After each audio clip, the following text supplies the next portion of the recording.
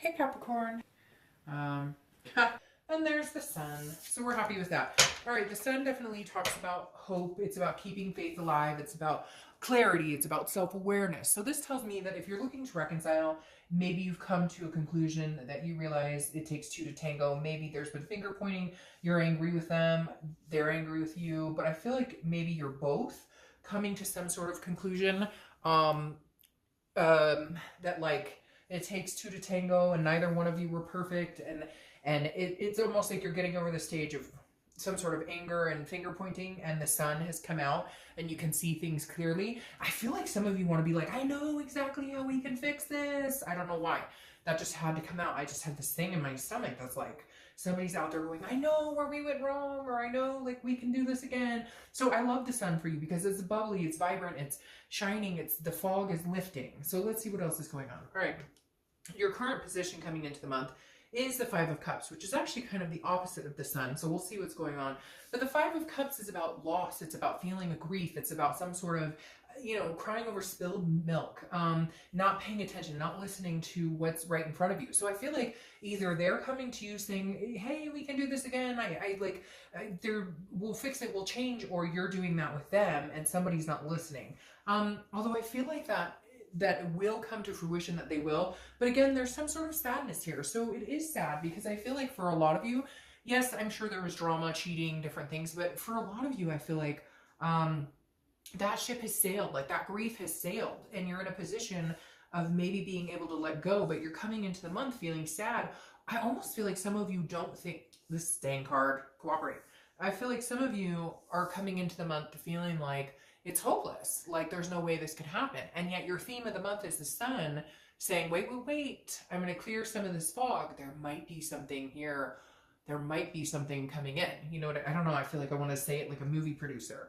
All right, the next card you have is how you're feeling coming into the month. That's very interesting. So this is either somebody you're married to, you got divorced from. Now this is internal. This is how you're feeling. But the Justice card is Libra's card, so you could be dealing with Libra.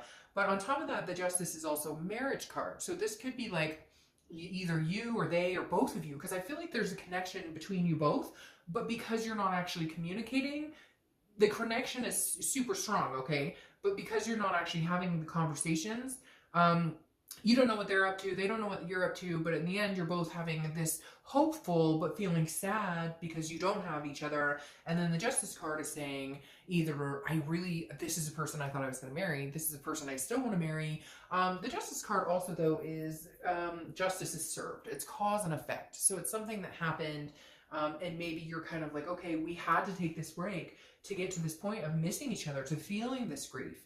We weren't communicating. We didn't have that emotion. The passion was gone, whatever it is. And you're kind of like, okay, now that we're apart, I don't want to be apart anymore.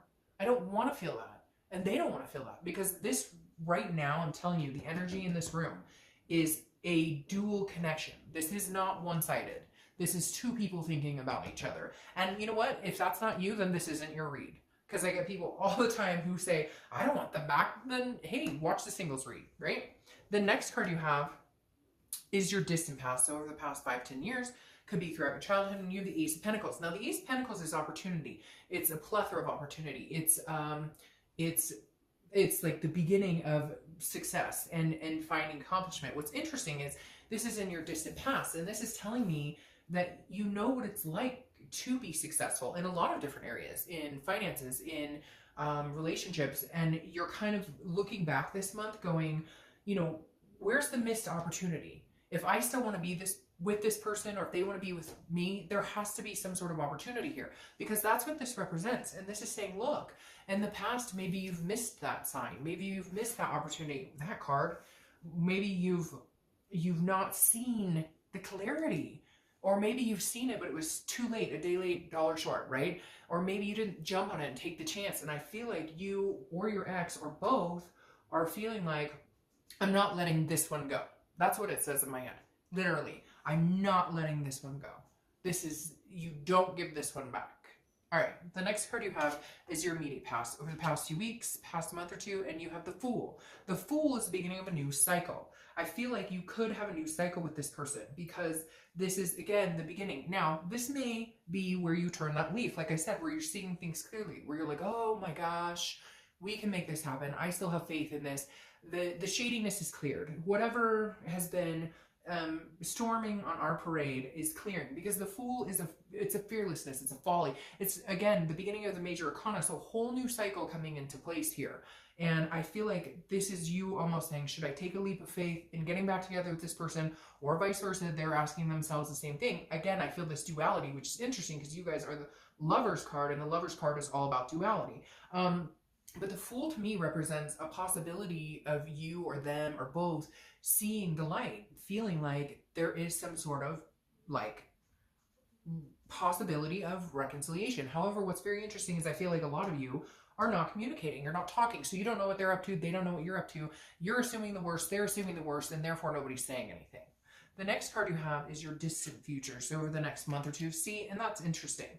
Over the next month or two, and you have the Death card. The Death is not a physical death. In fact, I love this card. It's Scorpio's card, so you could be dealing with a Scorpio, but death is about rebirth. It's about transformation. It's about the sun is shining. I can't even get that off my freaking mind. I don't know why. But again, this is the best card I think you have going for you, because your future is saying this is a rebirth. This is a possibility of a rebirth between you two. But also what's interesting here is it's not even just about a rebirth between you two. It's about a transformation, a belief, a change within yourself.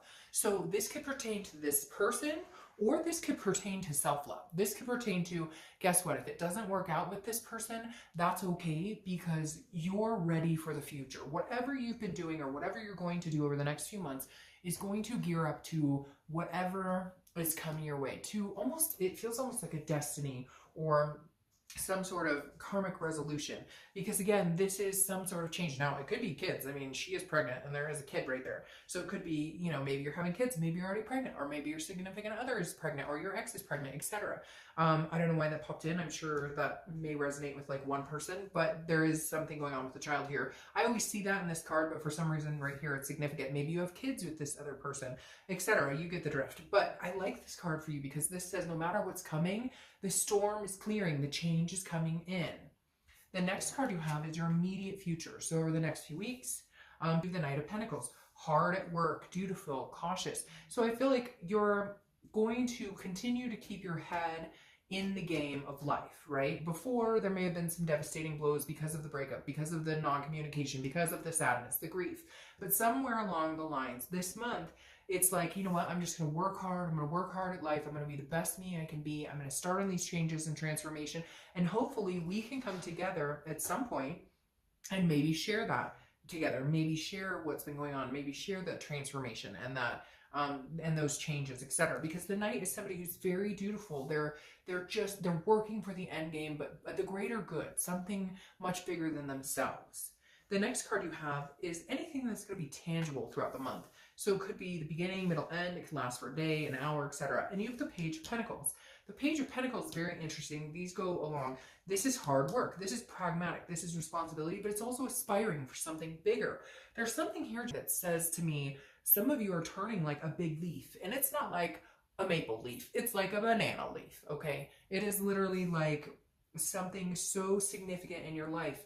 You're making changes. But again, it's because I feel like you've all of a sudden got this clarity of like, holy shit. Now, it could be clarity because this person's like gone and maybe you needed them gone, so you could see what you needed to change in yourself. You could see the areas you were missing, work, career, family. Maybe you were kind of putting that on the back burner because of this grief, because of the sadness, because of what had been going on. And now you're able to understand that you can have a both. You can have the ex, you can do that and still maintain. But for whatever reason, you weren't able to do it before. I think there was fighting, there was jealousy, there was arguments, maybe infidelity. But now I feel like it's almost like a maturing. I can't explain it, like a growing up. And some of you are gonna be like, I am 55, and I get that totally. But at the same time, we grow and mature our entire lives. Like, believe me, we all do. So this just is some sort of like, you've upped the responsibility factor, and you've upped like the importance of all of the things in your life. Like, you've realized what you're fighting for. The next card you have is how you're feeling throughout the month. Again, could be beginning, middle, end, could last for a day. You have the Queen of Wands. This is an excellent place to be. She is full of ferocity. She is sensuous. She is, you know, and again, I don't apply sex to the card, so male or female, but this person is just very confident, knows what they're going for, knows what they're going after. The confidence continues to build every step they take because they're embarking on these new journeys, these changes. They're embracing change. They're embracing. Now, for some of you, this could be that this person is no longer going to be in your life and all of this is coming to fruition because they're not. I feel like for a lot of you though, it's not like that. I feel like for a lot of you, it's almost realizing like you can possibly have this person back. But for some of you, it is going to be, they are gone, you are sad, but now everything's clear and you can see the light.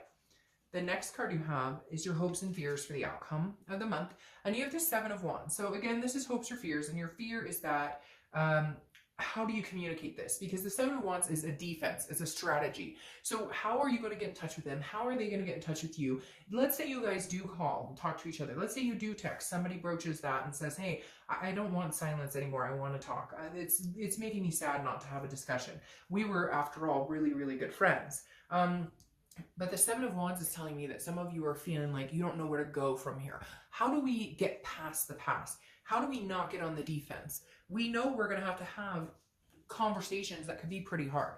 We know we're going to have to, like, this isn't going to be like, hey, we start talking and we jump back in where we left off and everything's wonderful. No, there are underlying issues that have to be addressed. So your biggest fear here is, how do we get there? How do we move on? How do we address these issues? How do we do this in a manner that we can feel good, that we don't go back and start pointing the fingers, that we can clear the air again, that we're feeling like the fog is lifted. So your biggest fear is how, and when.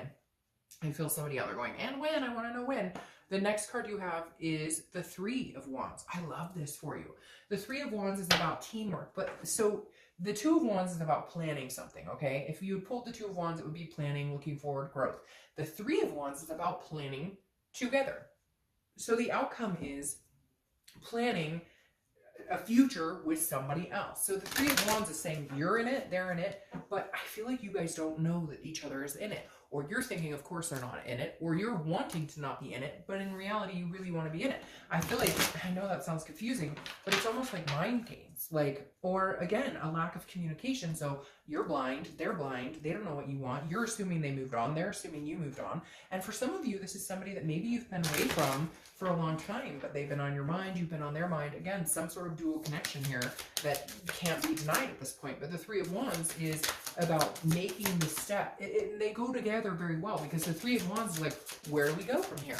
Okay, let's say you guys communicate and you both want each other back and you both love and care about each other and you still want that type of, you still want to move forward. How do we go about getting that? What do we do? He's focused. Like, okay, where do we go from here? So that's a conversation that's going to be had. The best part is that you're both on the same playing field. You're both on the same connection. Now, your Four of Coins, clarifying this, it's like a impoverished energy. So I feel like, again, it's not, the Four of Coins is like, is like a miserly energy. It's not, it's like you feel like they don't want you. They feel like you don't want them.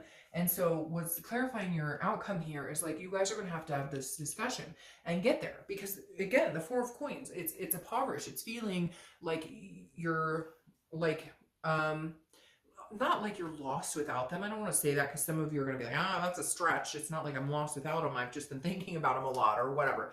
But the Four of Pentacles is telling me some of you are feeling like your other half is missing, because this is a impoverished energy. This is feeling broke without them, and not, obviously in a physical way and not even in a financial way, but more of a mental, like, if we're not connected, then I feel like we're, another piece of me is missing, because again, it's also a possessive energy. So it's kind of like you're mine, but not in a weird, crazy stalker way, more in like a, we work better together, but I feel like it's going to take you a minute to get there. Now, here's what I like is the Page of Wands is clarifying the distant future. The Page of Wands is a spark. It's curiosity and it's confidence. So this says, okay, somebody's going to humble up and be like, I can't stop thinking about you. I can't live without you type energy.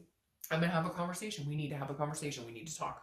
I don't know what you're up to. Maybe you're dating 20 men or women. Maybe you're about to get married. I don't know, but I need to know what's going on. So eventually here in the next month or two, that Page of Wands is going to crack and somebody's going to call the other person or text and say, hey, what's going on? Or at least some sort of communication is going to come into fruition. Now, For some of you, again, like I said, this could be a total, nope, this is eye-opening. And then at some point you guys connect and you're like, no, I can't, I don't want to be with you.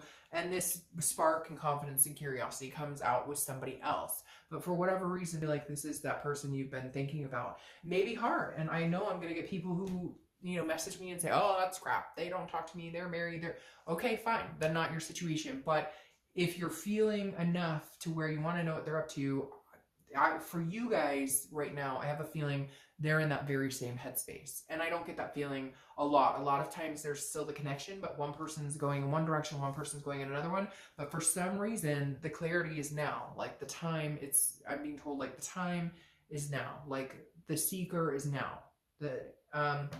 So anyways, I will see you in a little bit. Bye.